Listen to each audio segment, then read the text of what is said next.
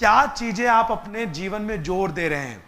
आत्मा को जोड़ देंगे तो शरीर के अनुसार दिन नहीं काटेंगे, आप शारीरिक काम से बचेंगे।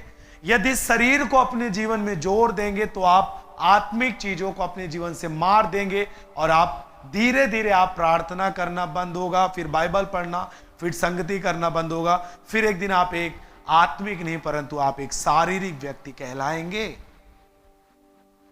क्या करना चाहिए वो आपके हाथ में है, डिसीजन आपके हाथ में है। क्या सोचते हैं आप, क्या करते हैं आप, कौन सी बातों को आप कितना गंभीर लेते हैं, वो चीजें आप पर डिपेंड करती हैं कि आप अपने जीवन में किसको बल दे रहे हैं। अपने युवा लाइफ में पढ़ाई के साथ साथ किन चीजों का आप अपने जीवन में जोर दे रहे हैं, वो आपके जीवन पर उभर कर आएंगी। यदि शारीरिक है तो परमेश्वर के राज्य के वारिस नहीं, शरीर के अनुसार। आप जब हमारे साथ वचन निकालेंगे गलातियों 5 उसका 25 पद, गलातियों उसका 5 और उसका 25 पद, यहां पर लिखा है, यदि हम आत्मा के द्वारा जीवित हैं, मैं आपको उत्साहित करता हूं, तो आत्मा के अनुसार चले भी। आत्मा के अनुसार जीवित हैं तो आत्मा के अनुसार चले भी। आपको यह जोर दे रहा है बाइबल। आप जब उत्पत्ति में पढ़ते हैं तो जब परमेश्वर ने आपको मिट्टी से बनाया तो उस समय क्या आप जीवित हो गए थे? बोलिए नहीं। लेकिन आपके अंदर जीवन कैसे आया?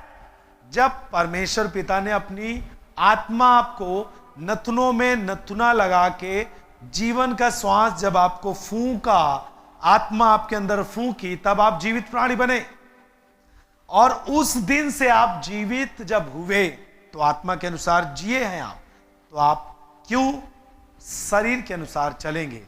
अब जब आप आत्मा के अनुसार जीवित हैं तो आत्मा के अनुसार चले भी। आपको किसने बचाया?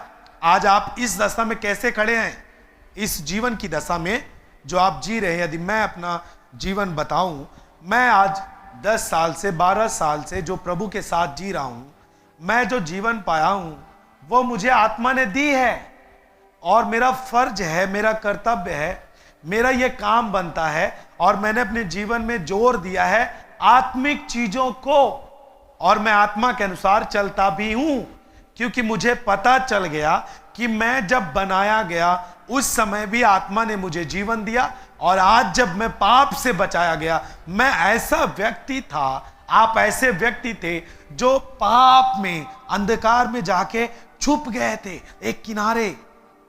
और इतना पाप था हमारे आपके जीवन में कि हम बाहर निकलना नहीं चाहते थे, क्योंकि हमारे अंदर शर्मिंदगी थी। दुनिया जानेगी, दुनिया पहचानेगी, हमें क्या कहेगी, हम इससे छूट भी नहीं पा रहे, और हम उसी में थे अंधकार में, और ये गुफा की तरह है और हम इसमें चपके थे, उसी पाप में लिप्त थे, बाहर निकलना भी नहीं चाहते थे।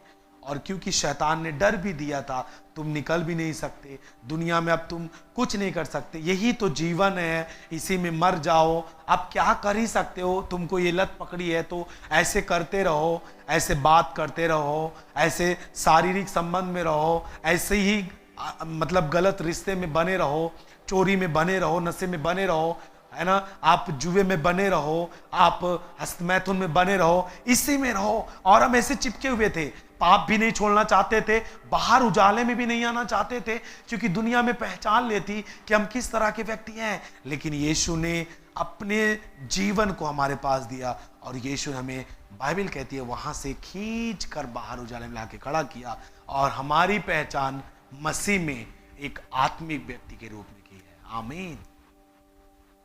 आज हम शान से जी पा रहे हैं। अब ये जीवन जो हमारे अंदर आया है वो आत्मा ने दी है, इस कारण से आत्मा के अनुसार चलना भी है। पूरी तरीके से घोषणा कर दें दुनिया के अंदर, घर के अंदर, गांव के अंदर, लोग ये जानने पाए कि मैं आत्मा के द्वारा जीवित हूं, तो आत्मा के अनुसार चलूंगा भी, लोग मुझे चाहे जो कुछ बोलें, चाहे मेरे यार दोस्त मेरे विरोध में हो, चाहे वो रिलेशन के लोग विरोध में हो, लेकिन मैं आत्मिक बातों में चलूंगा, आत्मिक बातों को जोर दूंगा, क्योंकि मैं जीवित हूं तो आत्मा के अनुसार जीवित हूं और आत्मा के अनुसार चलूंगा भी। बोले आमीन।